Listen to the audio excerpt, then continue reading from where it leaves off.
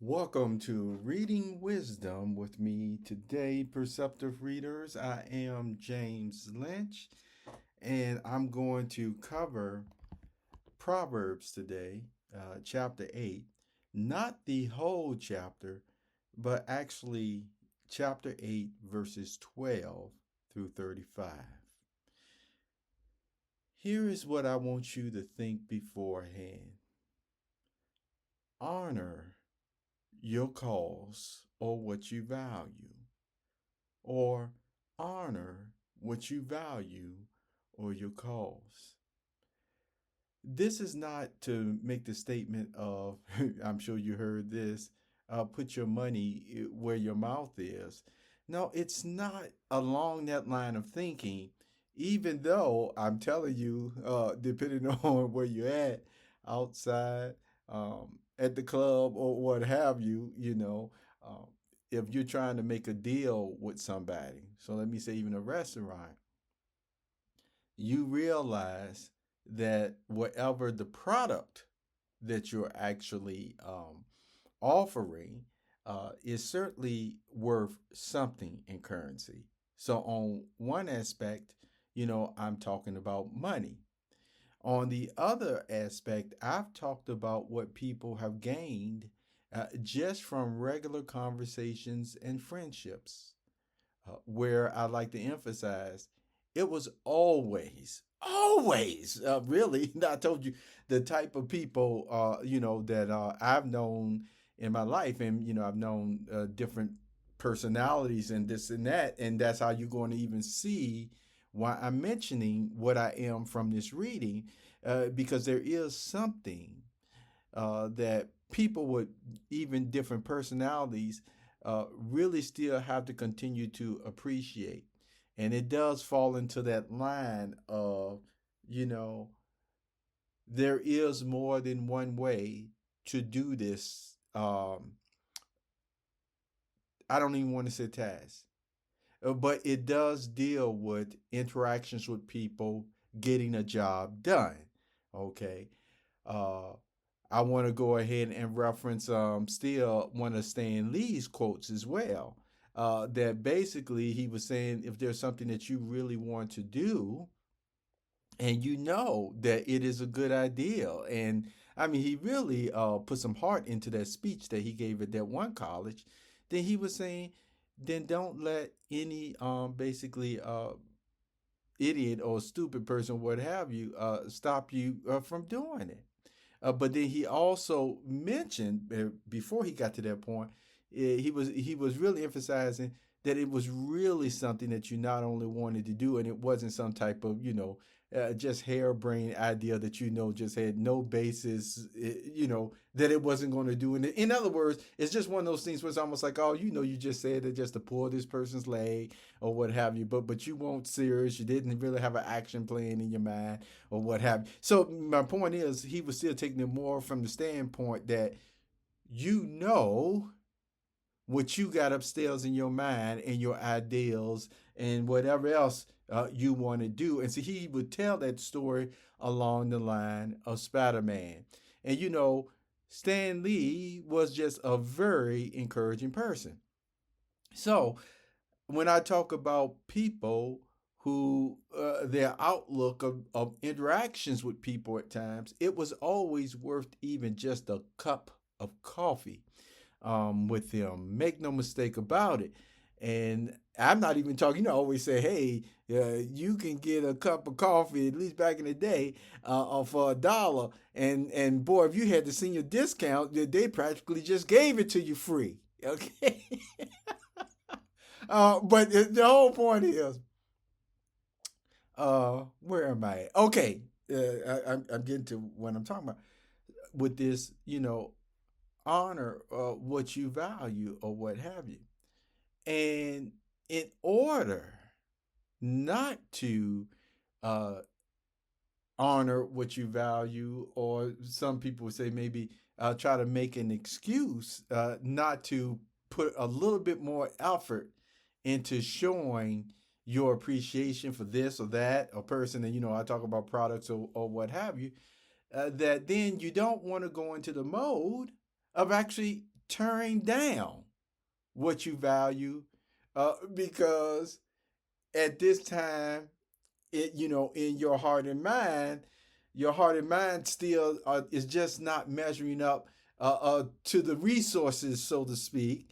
It's not that you don't physically have the resources. It's just that some people know you got something good there, especially there. But as you know, they'll value in one way, but they just won't value in another. And so instead of valuing you all the way around the way that it should be, they'll go ahead and focus more on the turn down aspect of what you aren't doing or what you can't do or what have you, just so that they still can't give you the value of what you are doing or can do. You see?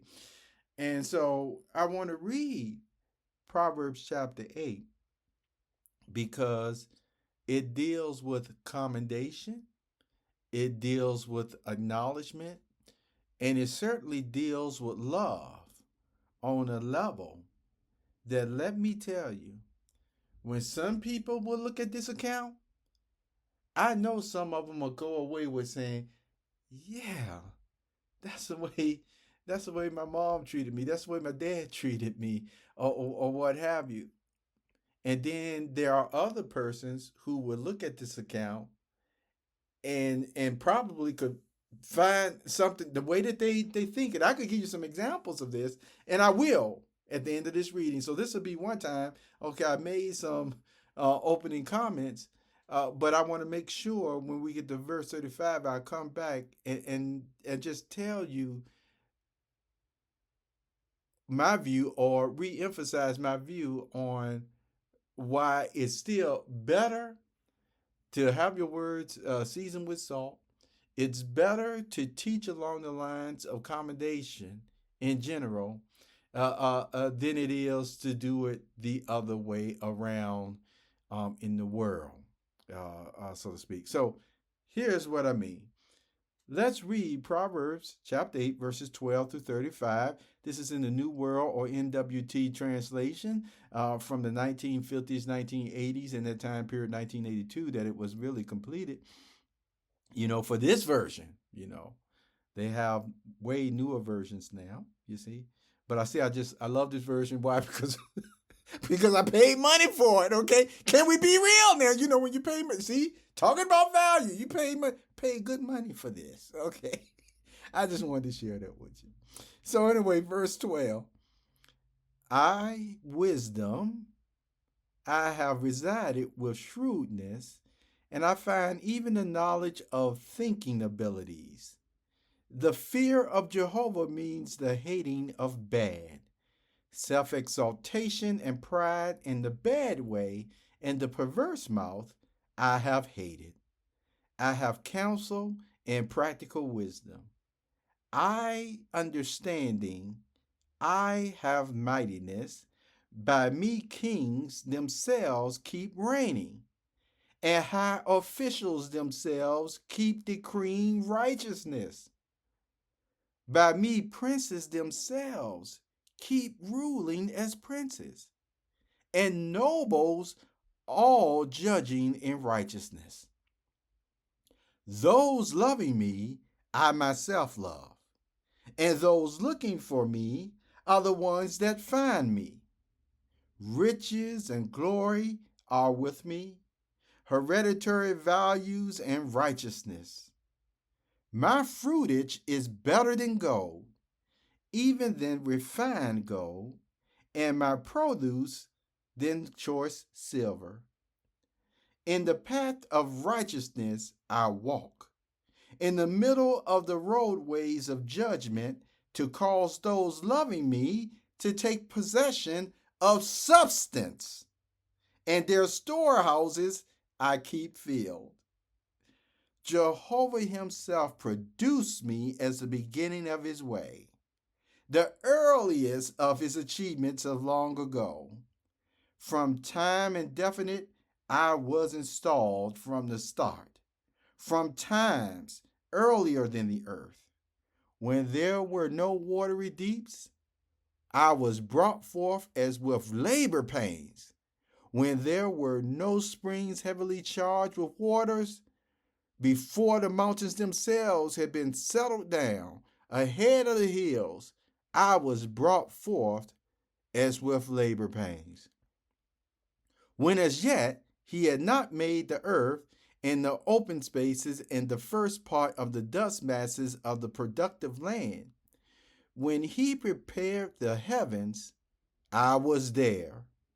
When he decreed a circle upon the face of the watery deep, when he made firm the cloud masses above, when he caused the fountains of the watery deep to be strong, when he set for the sea his decree, that the waters themselves should not pass beyond his order, when he decreed the foundations of the earth, so then I came to be beside him as a master worker, and I came to be the one he was specifically fond of day by day, I being glad before him all the time, being glad at the productive land of the earth.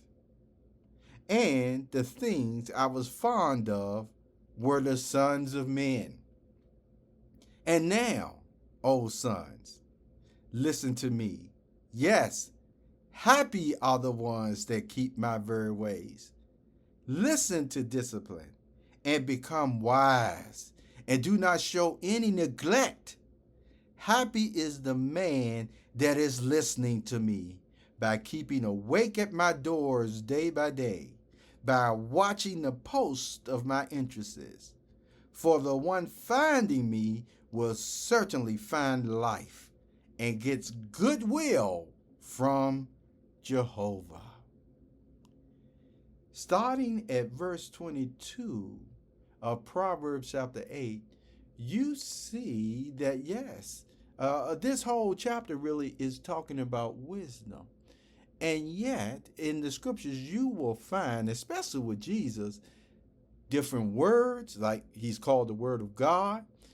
He's also the master teacher, and wisdom personified as well in this account. And we know that when it really gets round about, as I said, verse 22 going all the way to 35, really, you see a zooming in, if you will, a transition of the wisdom of God actually still producing like birth pains, bringing forth Jesus, a master worker. You see, Jesus in this case, or in this description, I could use probably a better word. I'll just have to think about it. It really just goes to show that, yes, in this account, it is talking about how he felt when God had created him. See, Jesus is also called the firstborn of creation. Jesus is also wisdom, and that's what I want to emphasize. Yet notice how he felt being before God. It mentions that he was happy, he was fond of the sons of men, and you really can see that, guess what? Without any neglect, I'm going to say that because he ends up giving the counsel for us not to neglect others, each other, or what have you. But without any neglect, God did not neglect him. And God was really, as you can see, a parent just giving off love constantly to his son. See, in some cases today, some people might say, spoil the rod and what is it? Spare the child, spoil the rod, spoil the child and spare the rod, something of that nature. You probably heard of that. You know what I'm talking about. If you spare the rod, you spoil the child. Okay, but see, that's the thing about it. This is where I start talking about personalities. Jesus' personality as wisdom personified, he was always obedient to his Father. He knew everything that his Father was telling him was perfect. was righteous, even though he didn't even have to look at it in that way. And see, and that gets into another type of relationship understanding where, sometimes we talk about how a child should not be in, I mean, dread of who their mother or father is to them. You see, but they would have a wholesome fear. And so the wholesome fear is different from being in dread because the parent is so bad. But no, there is a wholesome fear because you love the parent that much and you just don't want to disappoint them. That's just another side note of it. So let me still go right back into how God treated Jesus. We could say he was showered with love for ages, billions of years, even before any other creation came into the spiritual or the especially the physical universe. When you really think about it, he was being showered constantly, day by day. Jesus was one happy baby, if I want to use the expression. Jesus was one happy child. Jesus was one happy young spirit. Okay, Jesus was now, who we know is a full grown spirit. But it goes to show for eons, God was always showering Jesus with love. And that showering of love actually placed upon him. See, God knew everything that Jesus told him, everything God told Jesus to do, Jesus would not only do it, but he wanted to do it. And so when you even think for the rightful position that Jesus has in heaven even today, Jesus was not a bad child at all. As you know, he was perfect. And that's what I want to emphasize when I talk about personalities, because there are still certain ways of child rearing today that parents use from different scales, if you will, from the barely showing the child that they're worth something because they don't want them to get the big head, to that other expression, if you spare the rod, you spoil the child, or what have you. And why? These different ranges have come about because we are in an imperfect state, but Jesus wasn't, so God could shower him with love. But this is still what I want to emphasize to you again today. I wouldn't look down upon the parent that is still, you see, doing their best to actually raise their child with their words seasoned with salt, giving love, plenty of love. And yes, because of imperfection, when they actually discipline them, then they truly try to continue to honor what love is all about, what discipline is all about, so that they would never go overboard or what have you. But my emphasis still is on there are some methods that, what, I just don't see. This is getting into personally now, that I just don't agree with. And I know some people feel this way, and I'm going to give you one more example with this, that even with the way um, Joseph was treated by his father, and that his brothers who were, who actually got so jealous, they became like Cain, and they at first talked about killing him. And then they didn't do that. They went on ahead and they still sold them to slavery, etc. But see, the way some people actually have felt, or they feel like even Joseph's father, Jacob. Remember, Joseph was still at this time the baby, I believe. Yeah, he was the baby.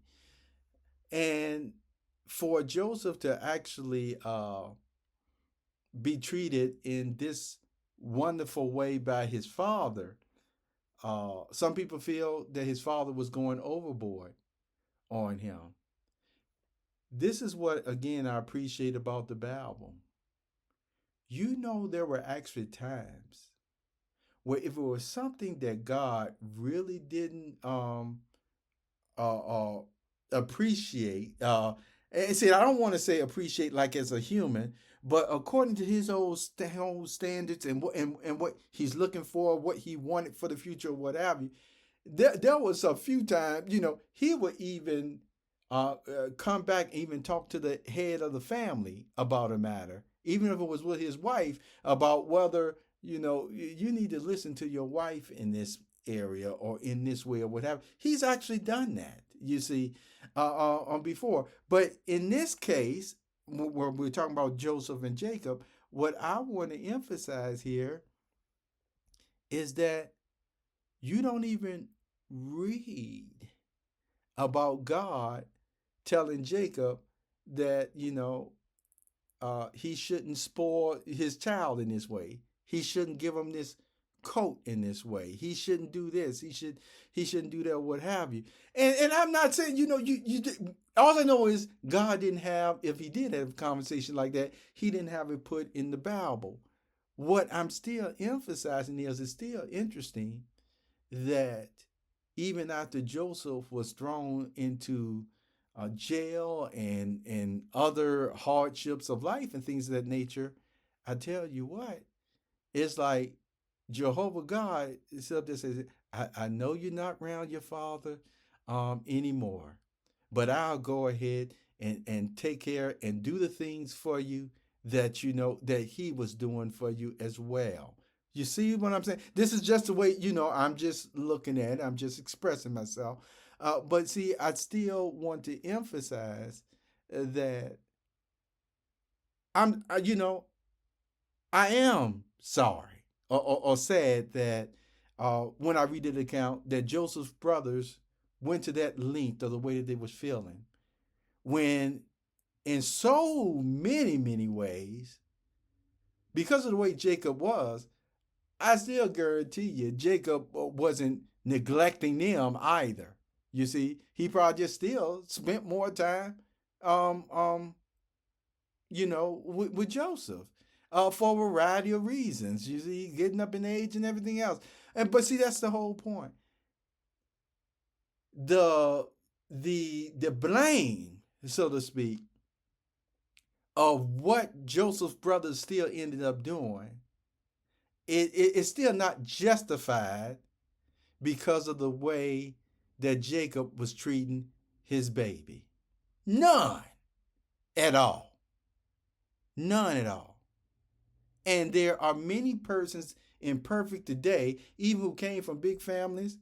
Oh, I'm telling you, some of the relationships that they had with their mother and father and grandparents, just like sometimes grandparents were even told, it was almost like once their child, now grown, had children, then the father and mother started noticing, man, what you buying all that for them for? What you didn't do none of that for me, all that stuff like that. And then the grandparent would be like, no, I didn't, but I'm doing it for so and so. And you know what? The father don't all of a sudden start treating a son or daughter bad because mom and dad now seem to have shown appreciation more for them in this way or that way. All right. I know I've expressed a little bit more on this reading wisdom here. But see, the account that I really want to emphasize to you, um, when it comes to encouragement and commendation and things of that nature, I do not use the yin and yang philosophy, you know.